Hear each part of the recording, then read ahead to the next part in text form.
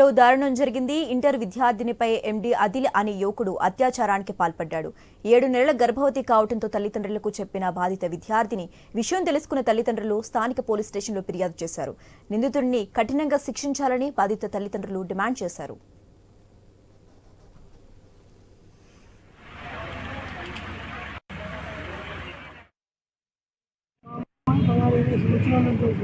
ఆమెను మోసం చేసి ఆమెను మోసం చేసి గర్భిణీ చేసింది సార్.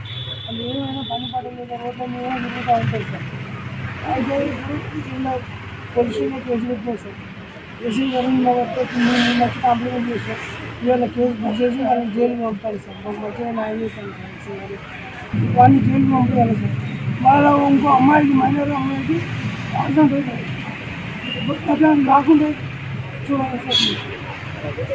మా అమ్మాయి బంగారు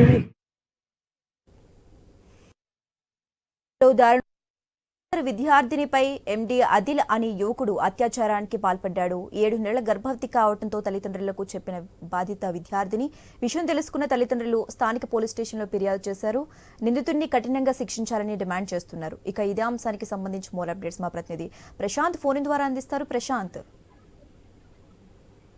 శశిరేఖ, వరంగల్లో దారుణం చోటు చేసుకుంది. వరంగల్ నగరంలోని మిల్స్ కాలనీ పోలీస్ స్టేషన్ పరిధిలో ఇంటర్మీడియట్ చదువుతున్న మైనర్ బాలికపై మహమ్మద్ అదిల్ అనే ముస్లిం యువకుడు అమ్మాయి పైన అత్యాచారం చేసి అమ్మాయికి 7 నెలల గర్భవతికి కారకుడయ్యాడు. దీంతో తల్లిదండ్రులు అమ్మాయి తరచూ కడుపు నొప్పి అని చెప్పడం కావచ్చు, ఆ కడుపు వచ్చిన పరిస్థితిని పరిశీలించి బాలిక నిలదీయడంతో తల్లిదండ్రులకు విషయాన్ని చెప్పింది. అయితే ఈ క్రమంలో బాలికను అతను అత్యాచారం చేయడమే కాకుండా బలవంతంగా బ్లాక్ మెయిల్ కూడా చేసినట్లు మనకు తెలుస్తుంది. శశిరేఖ, బ్లాక్ మెయిల్ చేయడం కారణంగా అతనికి భయపడి ఈ విషయాన్ని బయటికి తెలియకుండా ఇన్ని రోజులు గోప్యంగా ఉంచానని చెప్పేసి తల్లిదండ్రుల ముందట ఒక్కసారిగా వాపోవడంతో వెంటనే తల్లిదండ్రులు స్థానిక పోలీస్ స్టేషన్ అయినటువంటి మిల్స్ కాలనీ పోలీస్ స్టేషన్ కి వెళ్లి ఫిర్యాదు చేశాడు. బాలిక తండ్రి స్వయంగా కూడా అటు నిందితుడిని కఠినంగా శిక్షించాలి, పక్కపొంటి అతను చిల్లర మొల్లరగా తిరుగుతూ